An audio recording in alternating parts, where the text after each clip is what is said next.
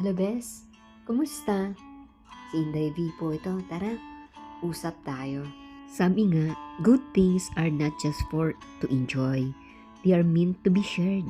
Bago man tayo makapag-share ng mga blessings, una, dapat natin ma-realize at ating ito ipagpasalamat.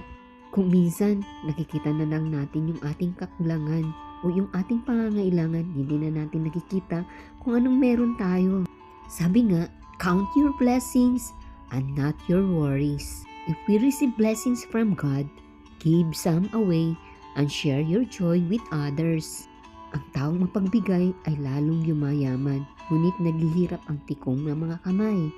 Ang taong matulungin ay luluwag ang pamumuhay at marunong tumulong ay tiyak na tutulungan. Hello everyone! How are you today? Ang dalangin ko nasa mabuting kalagayan ng bawat isa. Let me share